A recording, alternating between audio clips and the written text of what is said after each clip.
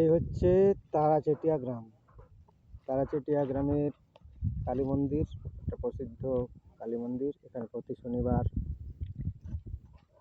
পুজো হয়। এখানে বড় পুজো হয় চৈত্র মাসের 15-র পরে, যে শনিবারটা পড়ে তখন বড় পুজো হয়।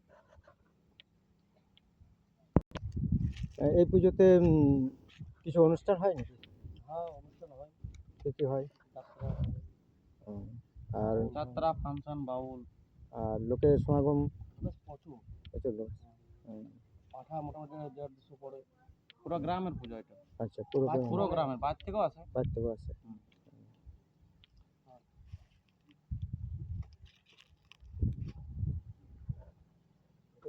কত বছরের পুরনো মন্দিরটা? 80-90 বছর।